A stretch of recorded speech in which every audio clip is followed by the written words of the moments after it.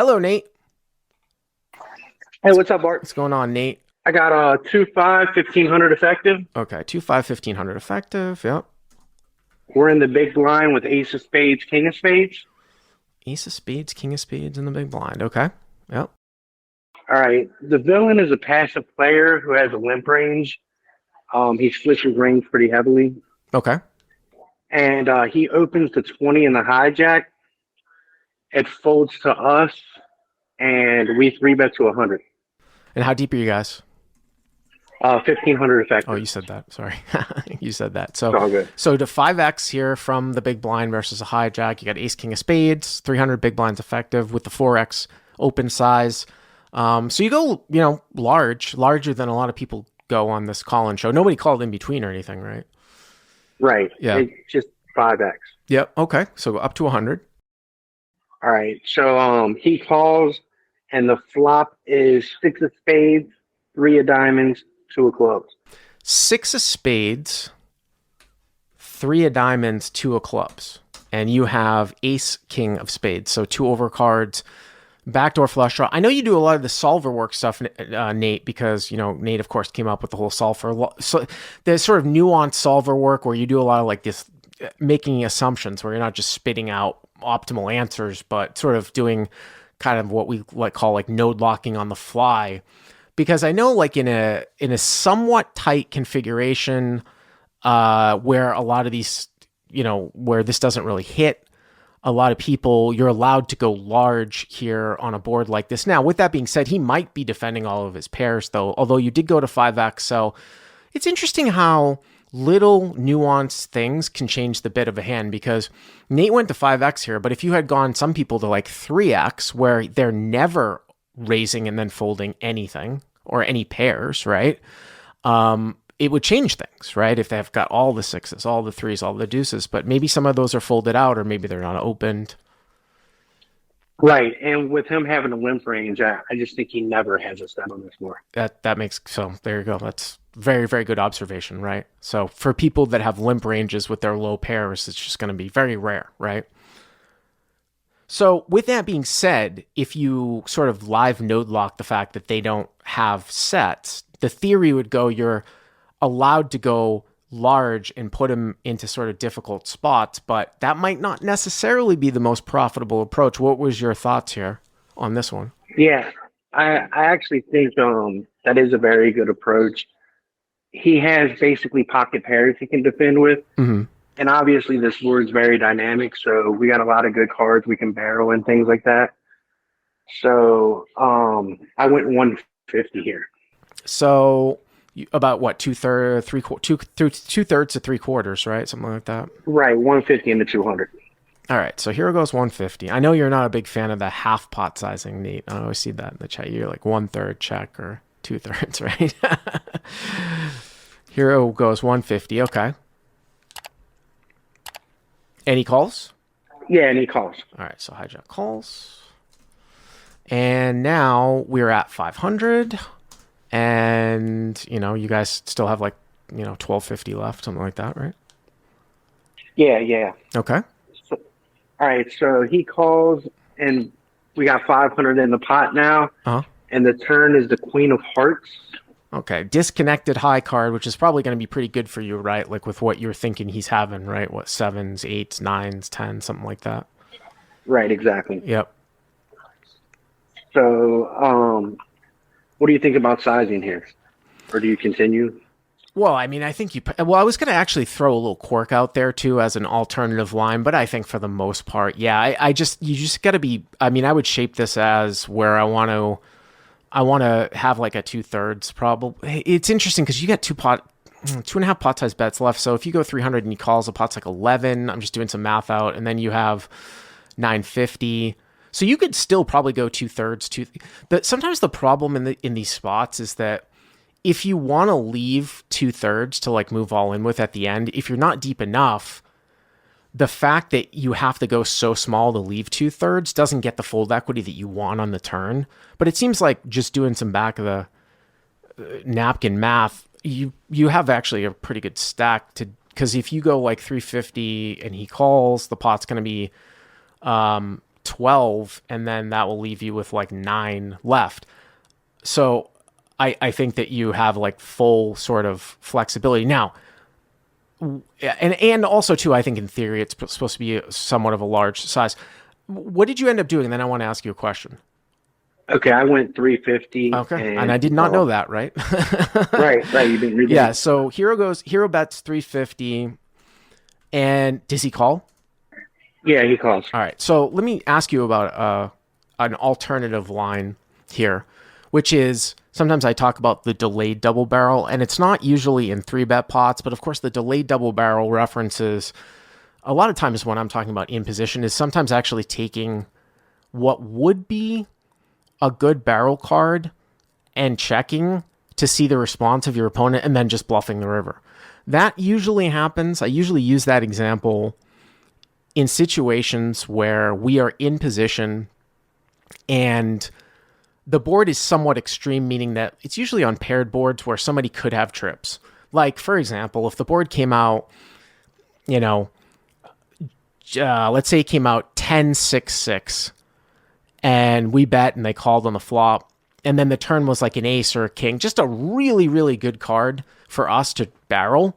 But we know that there's a slight chance that he might have a 6.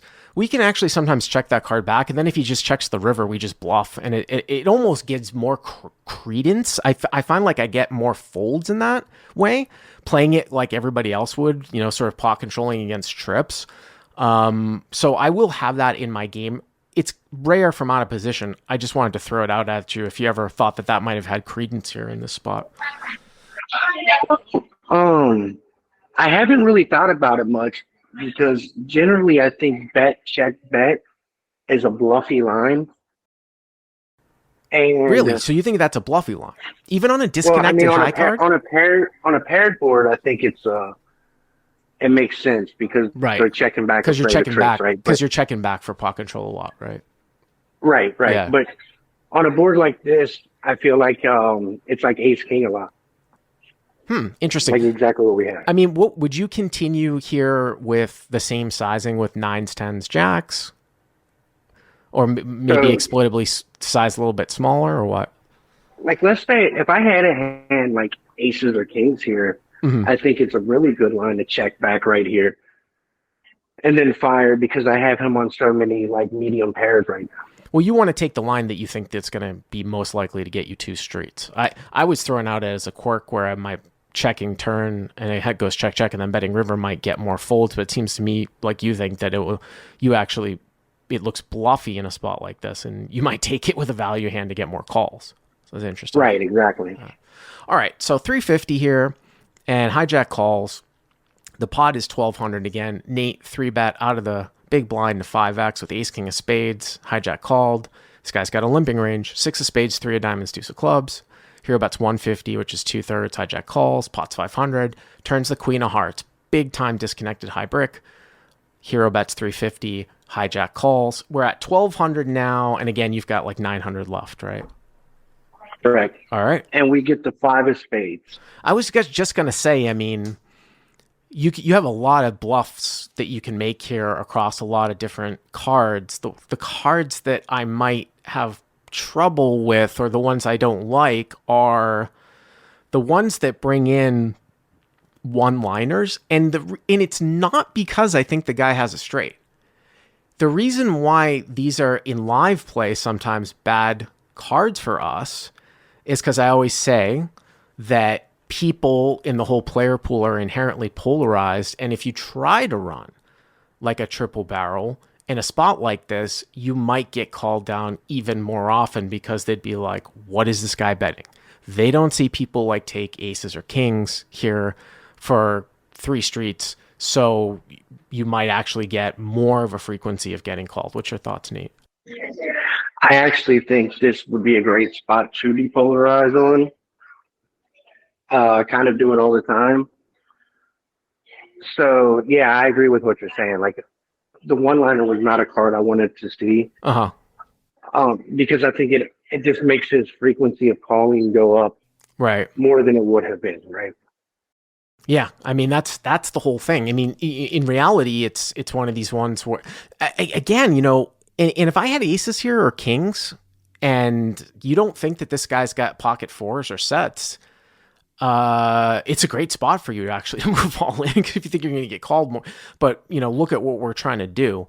So this is the whole, sort of cat and mouse. Sometimes we'll actually play, and this is why I will sometimes get into arguments with guys who think they're geniuses on Twitter, who've never stepped in foot and really seen live competition, and maybe they're playing against better competition, but that there might be, or there definitely is, exploitable lines to maximize, and something that I picked up with experience, some of these patterns. And, this might be one of these spots where it's like, oh, maybe theory says you're supposed to be doing some bluffing here, but when you get called down more often because of live tendencies, then you might want to pull it back a little bit. But what did you end up doing? So, I just didn't think he could hold on with the way he turned, so I did jam here. But I definitely did not like the card that I'm jamming. So jam for 900. Yeah, we put the whole 900 in. And he tanks for what seemed like a very long time and eventually lays it down. Okay. And a few hands later, he asked me if nines were good. If nines were good. Yeah. Yeah. I mean, obviously he had exactly what you thought he had, right? Yeah, for sure. I mean, if you're going to bluff this card, then you're just basically going to bluff every card, right? I mean, let me ask you this question. Does a 6 change anything here? No. Like, pretty much I think I'm firing almost all cards here. Yeah. I mean... we got about the worst card I could get. And a 4 or a 5, right? Right, exactly. Yeah. Yeah, but I think I thought about it.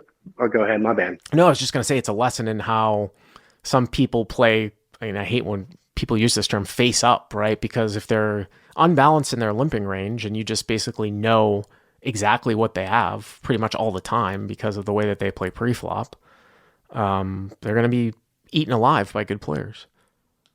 Yeah.